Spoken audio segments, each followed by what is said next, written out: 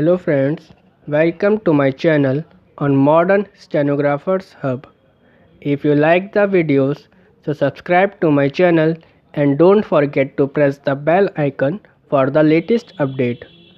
Today I am going to dictate you at 80 words per minute, so without any further delay, let's start the dictation.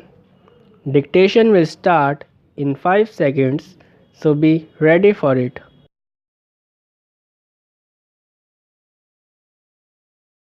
Sir, insofar as the plan is concerned, its main principles and objectives are, I believe, acceptable almost unanimously to all the sections of this House. The main objective is that we must bring in a socialist society and not merely say what a socialist society is. And the plan has defined what its main objective or its main purpose in having a socialist society is. The main purpose is that whatever development we are going to do in this country, the object should be the socio-economic gain of the community as a whole in place of private profit. And secondly, sir, the whole pattern of development and the structure of the socio-economic relations should be so planned that they result not only in increasing the national income and the employment opportunities, but there should also be greater and greater equality in incomes. Sir, the other day, a private member's resolution was being discussed in this House with regard to the fixation of a ceiling on incomes, and the Honorable Prime Minister happened to be present at that time. He defined what the object of such a move would be. The whole idea is that we must level up the lowest level so that the disparities disappear. Of course, we must also bring out a reduction in those big incomes which are at the top, but that alone will not solve the problems at all. It has not solved the problems in any country at all. The most conspicuous example in this respect is the United States of America. I believe in the recorded history of mankind, there is no country which has succeeded so amply in particularly abolishing the exploited labor classes. Today, there is no such exploited labor class in the country. The whole population from the very bottom has been elevated to a sort of middle class. I was told that even the cook in an Indian embassy comes in his car to do the work and then goes back in his own car. Here, even members of parliament cannot come in their own cars. There, even a sweeper comes in a car. That is the object which we should have in merely getting rid of the few people at the top. We are not going to solve that problem if we distribute what they have. It would not last for more than a day or two. In any case, it can satisfy our little anger, or, if I may say so, our malice, but that cannot solve the economic problem of the nation as a whole. Therefore, sir, the main purpose is that we must raise the level of income at the lowest level of the community. That is the aim of this plan. We must raise the living standards of our people, and we must enlarge the opportunities of employment.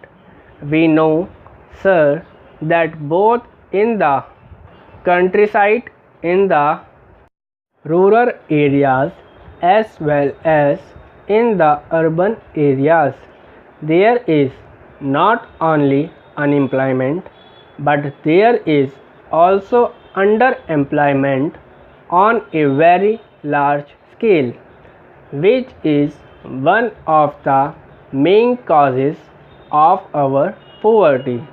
And if the plan succeeds in enlarging these opportunities of employment, it will have attained a very great object.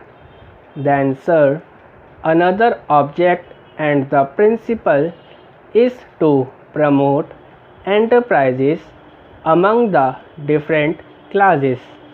Now, the whole nation is not just on one level, as it is in the case of France, Germany, or England.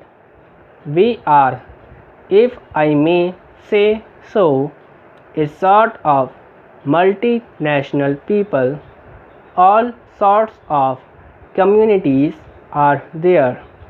We have got the backward areas, we have got the scheduled tribes, we have got the scheduled castes, and certain communities have got an advantage over their communities. Maybe any reason, or maybe due to the British period.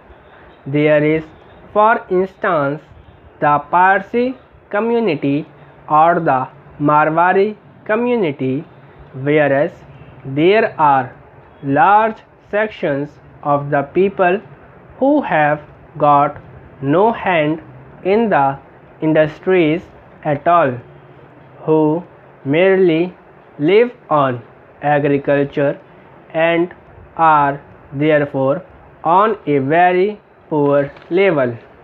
Therefore, our aim to the plan investments in such a way as would lead to the promotion of industrial enterprises among the disadvantaged classes, so that every section of the community, every caste in the community may have an equal opportunity for all the good things of life, because merely calculating that our per capita income will be so much, or our national income will be so much, will not solve our problems. What we want is that all the communities which have been at a disadvantage so far, for whatever may have been the historical reasons, should have equal opportunity to advance and better their conditions of life. then all the jealousies between region and region, between class and class, and between caste and caste will go, and then we shall begin to feel that this Commonwealth is a cooperative Commonwealth in which all have a share, an equal share in these opportunities. Then the object is that we must industrialize the country as quickly as possible with a great emphasis on heavy industries. To that end, the Government of India has pronounced a new industrial policy, revising the policy that had been laid down in 1948. And this new policy lays down that the public sector has to be enlarged so as to include all industries of basic and strategic importance or in the nature of public utility service. This is all very nice. They have given schedules more or less on the lines of the scheduled attached to the Indian Constitution. The Prime Minister was at great pains yesterday to explain, with which all reasonably minded people will agree, that the private sector should be allowed and encouraged to play its full part, so that productive machinery or production apparatus does not suffer any diminution in the volume or quantum of production.